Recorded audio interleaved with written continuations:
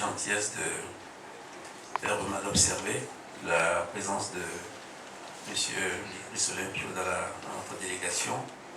Je voudrais en même temps en profiter pour le remercier d'avoir accepté de nous accompagner dans ce voyage.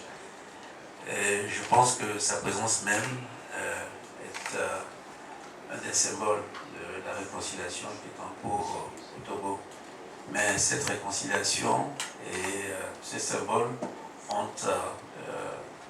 une racine, une fondation. C'est d'abord les progrès démocratiques, les progrès dans la construction et dans la consolidation de l'état de droit, dans la promotion des libertés. C'est aussi cet état de fait qui nous a permis d'améliorer grandement nos relations avec le Ghana, parce que nous avions le même principe et la même règle, c'est de respecter les principes démocratiques et les libertés fondamentales. À partir de ce moment-là, nous pouvons organiser des élections et avoir des dirigeants qui ont toute la légitimité nécessaire pour notamment créer et promouvoir cette réconciliation-là. Donc c'est ce que nous avons fait à partir du moment où les élections ont été crédibles. M. Chris Olympio a accepté de discuter avec nous pour voir comment nous pourrions travailler ensemble pour notre peuple, pour le peuple togolais.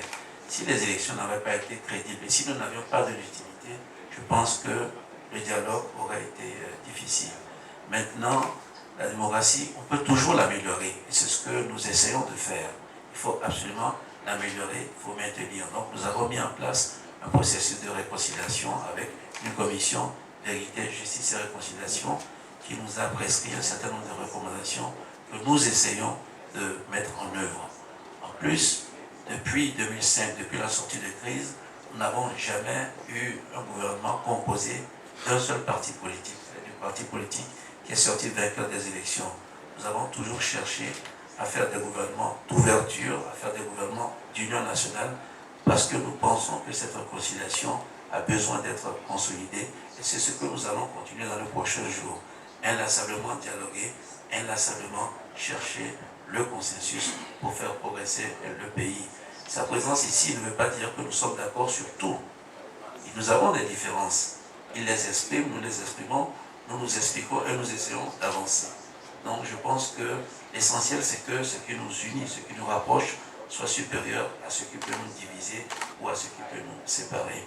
Donc je pense que nous avons une volonté commune que cette réconciliation-là soit étendue aux autres parties et surtout qu'elle contribue au développement économique et à la prospérité des Togolaises et des Togolais.